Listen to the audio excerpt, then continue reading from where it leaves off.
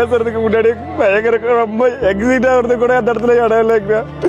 ஒரு வீட்டை உடச்சி ஒரு சின்ன கை குழந்தை தூக்கி நாங்கள் தான் உள்ள போட்டு அந்த குழந்தை நல்லா மூச்சே விட முடியலடா. ஒருத்தர் ரொம்ப முடியாமலுக்கு பார்த்து வீட்டையும் திறக்க மாட்டேட்டாங்கண்ணா. ஏன்னா வேலையை ஒரு 200 பேர்த்துக்கு மேலே போயிட்டாங்கண்ணா. இவன் எங்கிட்டு போனேன்னு எங்களுக்கு தெரியலண்ணா. அந்த வீட்டில் போய் தண்ணி கூட நிறுத்தலைண்ணா. அந்த வீட்டில் தானே அப்படி வாங்கி கொடுத்துட்டு இருந்தேன். எங்கிட்டு போனானே தெரியலண்ணா. எங்கிருந்து வந்தானு தெரியல. இப்போ போன் பண்ணது எங்களுக்கே தெரியும். இன்னும் இந்த இடத்துல 60 பேர் செத்துருப்பாங்க கொஞ்சம் இல்லை மூச்சு குட்டி.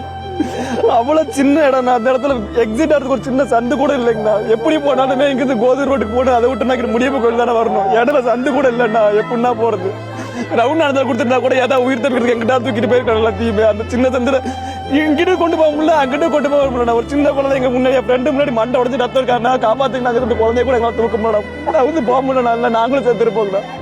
அத்தனை பேர்த்த மாடி வைத்துட்டு உனக்கு காப்பாற்ற முடியாம போச்சாங்கண்ணா.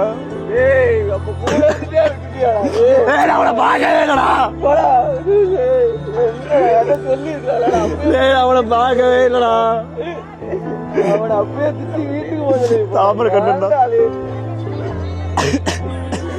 மேட் விட்டுறாங்கண்ணா. மேரேஜ் ஆகி குழந்தை மாசமா இருக்குண்ணா. அந்த அம்மா தாந்தனி மலை தாங்கண்ணா.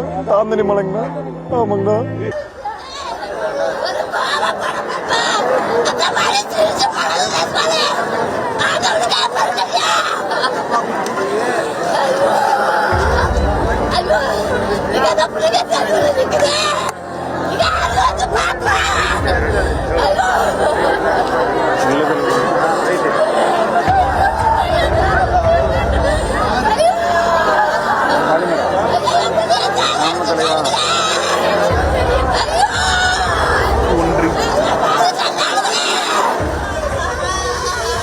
அரசு தனியார் மருத்துவமனைகள் என கரூரில் அந்த மருத்துவமனை வளாகங்களில் உயிரிழந்தவர்களுடைய உறவினர்கள் மூலம் கரூர் முழுக்க எதிரொலித்துக் கொண்டிருக்கிறது.